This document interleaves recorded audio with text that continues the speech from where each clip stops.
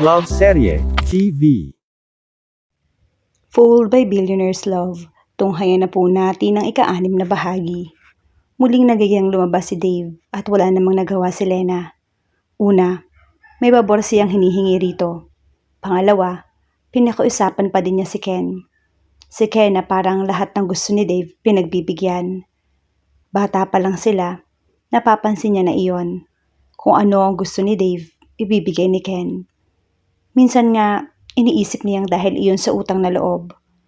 Hindi naman lihim sa lahat na ampon si Ken na mga Padilla. At dahil doon, kaya hindi magawang pahindian ni Ken si Dave. Pero pwede rin namang dahil mabuti lang talaga itong tao. Sa KTV bar sila nagpunta. Kasama pa rin si Jem. Dumating din ng mga kaibigan ni Lena na sina Nick, Nadia at Kathy. Dahil sinabihan siya ni Dave na tawagan ng mga ito.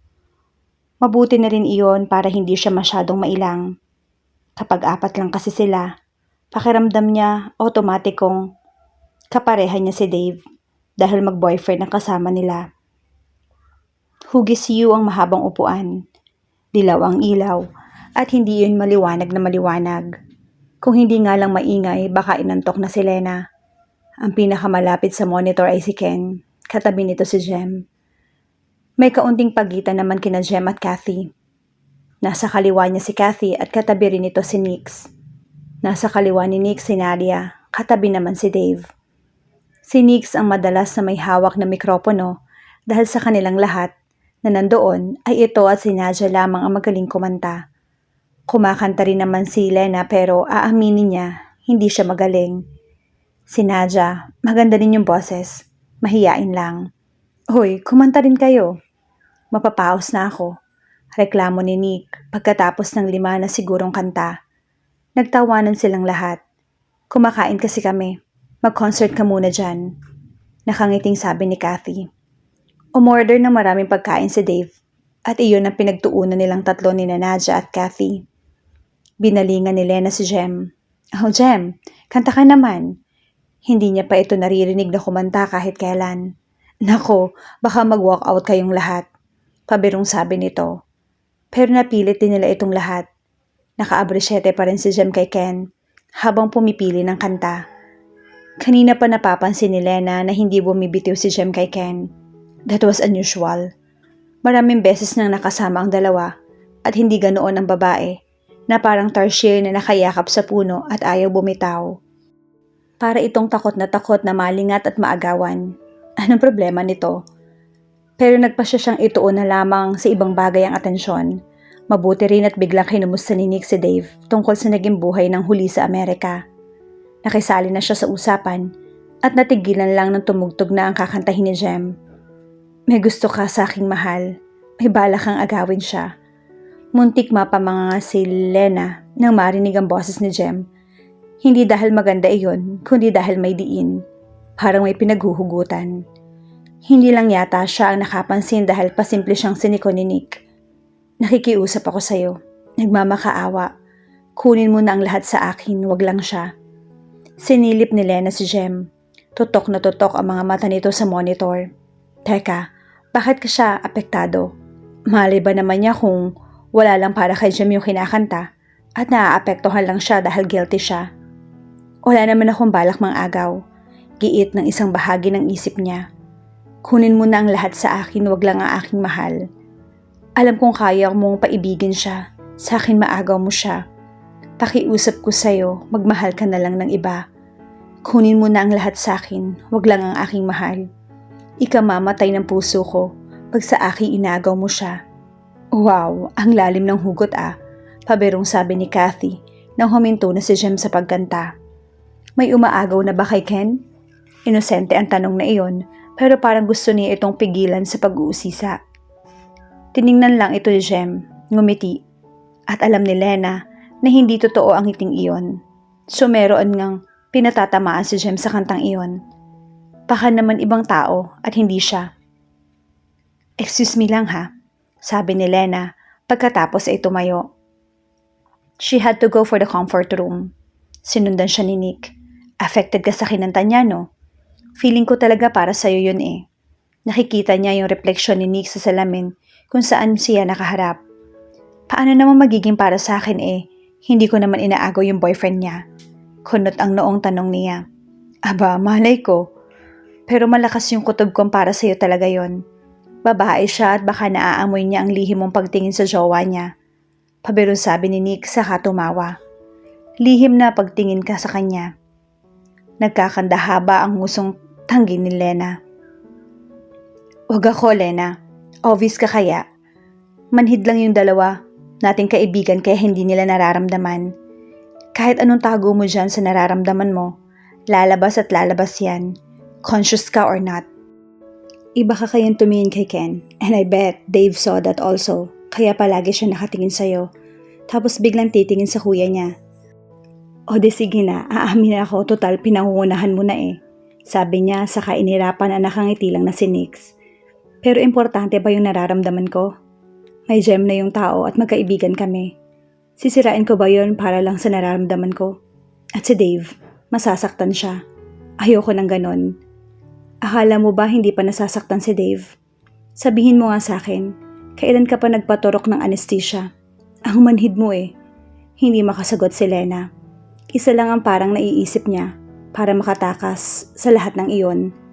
Nagpasa na siya ng resume sa isang cruise line kahit na wala pang eksaktong sagot mula kay Dave. Ang mahalaga naman, nagpaalam na siya. Ang tanging magagawa na lang ni Lena para sa Padillas ay turuang mabuti ang mga tauhang maiiwan para kahit wala siya, hindi mangangapa ang mga ito. Ano na? Tulala ka na? Untag ni Nix. Paanong hindi ako matutulala sa mga pinagsasasabi mo? Umalik na nga tayo doon. Hinila na ni Lena palabas ng comfort room ang kaibigan. Pagbalik nila, kumakanta ng masayang kanta si Kathy. Hindi masarap sa pandinig ang boses ni Kathy. Pero dahil masaya ang kanta, masaya rin ang mga nakikinig. Nakikisabay pa nga sa kanta. Pumapalakpak pa si Dave habang tumatawa. Bumalik sila Nick sa pwestong iniwan nila kanina. Inabutan siya ni Nadia ng songbook pero inagaw iyon ni Nix. Ako ang mamimili ng kanta para sa'yo. Kantahin mo, okay? Nakangisi nitong sabi. Maya-maya pa, may numero na itong isinalang sa videoke.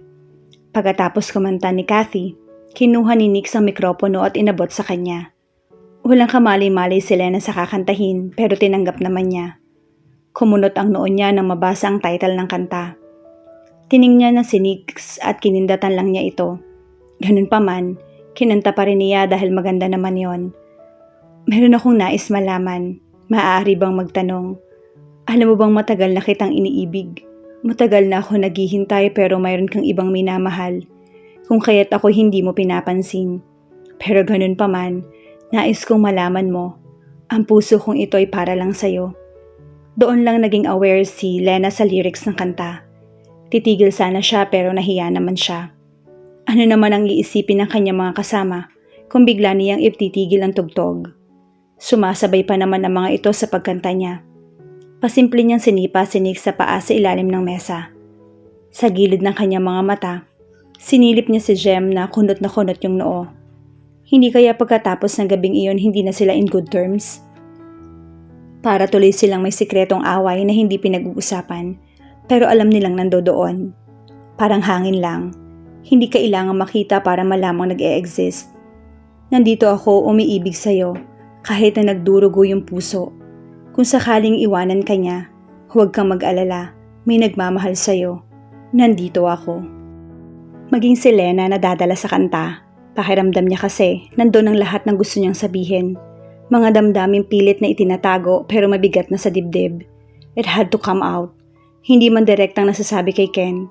Kahit papaano ay nakatutulong na kahit sa kanta na lang may express niya. Pagkatapos kumanta, agad niyang ipinasa kay Dave yung mikropono dahil ito ang sunod na kakanta. Hindi niya na maintindihan kung ano ang kinakanta nito dahil abalang-abala siya sa sariling damdamin at malalim na pag-iisip. Napadiretso siya ng upo nang mag-vibrate ang cellphone mula sa kanyang bulsa. Si Nix ang nag-text at sinabing huwag siyang mag-alala at mukhang wala namang nahahalata si Ken. Tulad daw niya, manhid din ang lalaki. Kinurot niya ang kaibigan ng pasimple. Luka-luka, bulong niya. Isa lang ang napatunayan nila na ng gabing iyon. Wala nang atrasan sa damdamin niya para kay Ken, pero gagawa siya ng paraan para hindi makasira sa relasyon nito at ni Jem. Kuya, tawag ni Dave mula sa labas ng kwarto.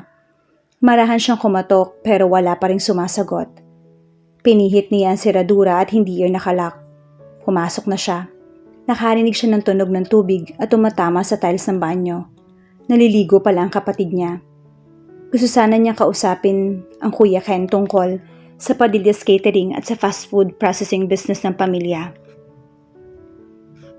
Hindi siya matahimik na hindi mapapagbigyan ng pangako sa kapatid. He promised that he would take over when he graduated. Pero anong nangyayari? He was quite sure that he could manage both businesses. Habang naghihintay na lumabas ang kapatid sa banyo, binasa muna ni Dave ang ilang dokumentong nasa study table nito na nasa kanang bahagi ng kwarto. Sa mesa ay may isang frame kung nasa ng family picture nila. Isang lukot na papel ang nakakuha ng kanyang atensyon. Nakaipit iyon sa isang libro. May nakasulat doon, "Find me, soulmate." May mga drawing pa ng bulaklak bilang disenyo. Kanino kaya yon? Imposible naman si Kuya Ken na nagsulat noon. Natigilan siya ng maisip na pamilyar ang handwriting. Kilala niya ang sulat na yon. Sulat kamay iyon ni Lena. At noong nakaraan lang, narinig niya kay Lena nakausap si Kathy tungkol sa usapang soulmate at sulat na hinahanap ni Kathy dahil iyon daw magdadala sa soulmate nito. They made a ritual to find their soulmates. Mahina niyang tanong sa sarili. That was so unlike Lena. Pero ano ba ang alam niya? At bakit nandun ang sulat ni Lena? Ang ibig sabihin ba niyon ang kuya niya ang soulmate ng babae dahil ito ang nakakuha ng sulat?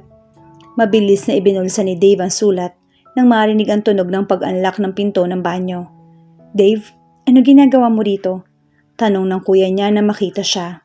Gusto sana kitang kausapin, pero sige, magbihis ka muna. Maghihintay na lang ako sa dining room. Sabay na tayong mag-agahan. Nakangiti niyang sabi. Sure, susunod na lang ako doon. Kailangan ninyong matutunan ang lahat. Paano kapag wala na ako rito? Kanino na kayo magtatanong? Tanong ni Lena sa staff na kasama niya sa kusina. Hindi na siya masyadong humahawak ng trabaho para matuto ang mga ito. Chef, aalis ka na ba talaga? Malungkot ng tanong na isa sa mga ito. Oo, pero hindi pa naman ngayon. Gusto ko lang na masanay na kayo. They were asking her some questions when Dave arrived. May kasama itong isang babaeng pamilyar sa kanya. Good afternoon, Lena. Mag-usap muna tayo. Sure. Iniwan sila ng lahat. This is Abby, my cousin. Kilala mo siya, right? Oo naman, nakangiting sagot ni Lena.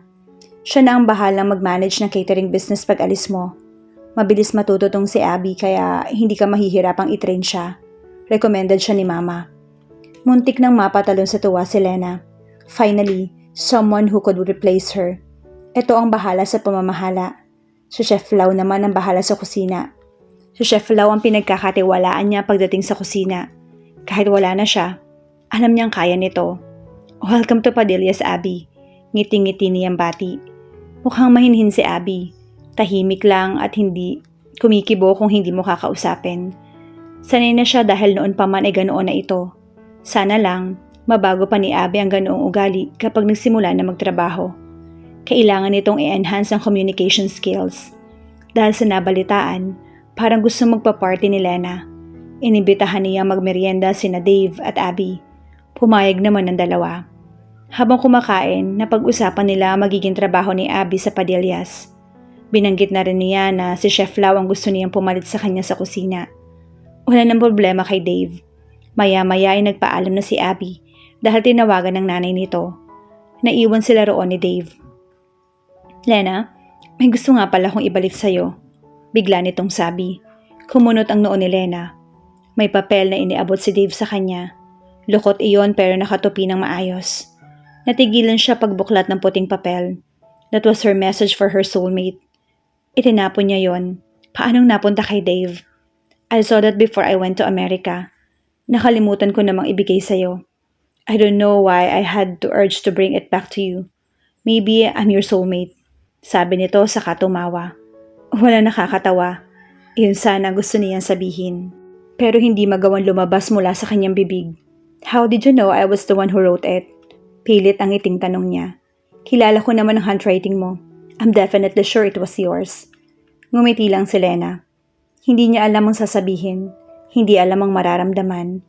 Kinagabihan nakipagkita siya sa mga kaibigan. Sa Sisig House ni Nadja sila nagkita-kita. Halos walang pinagbago yon. Gumanda lang ng konti pero hindi pa rin kasing sosyal na mga restaurant na nakapaligid sa lugar nila. Masang-masa pa rin ang dating niyon. Para saan ang biglang meeting na to? Nakataas ang isang kilay na tanong ni Kathy. Hindi na nagsalita si Lena. Ipinatong na lang niya sa mesa ang papel na isinauli ni Dave sa kanya. Si Kathy ang unang dumampot niyon at kitang-kita niya ang panlalaki ng mga mata nito. Ito yung sulat na ginawa mo para sa soulmate mo? Naging interesado na rin sana sina Nix at Nadja. Nakabalik na ang sayo? Tanong ni Nadja. So, sino ang nagbalik? No, si Dave. Putol na sabi ni Lena sa sasabihin ni Nix. Tumili si Nadja at Kathy. Si Nix naman, nakatingin lang sa kanya. Oh my, siya lang pala yung soulmate mo. Tili ni Nadja. Teka, bakit parang hindi ka masaya? Tanong ni Kathy. Manhid talaga kayo no? Singit ni Nix, masama ang tingin kina Kathy at Nadja. Si Ken ang gusto niya. Pakihinaan yung boses. Saway ni Lena. Napatanga sina Kathy at Nadja. Gulat na gulat ang dalawa. Paano na? Nakalabing tanong ni Kathy. Lena just shrugged her shoulders. Yun din ang tanong niya. Paano na nga ba?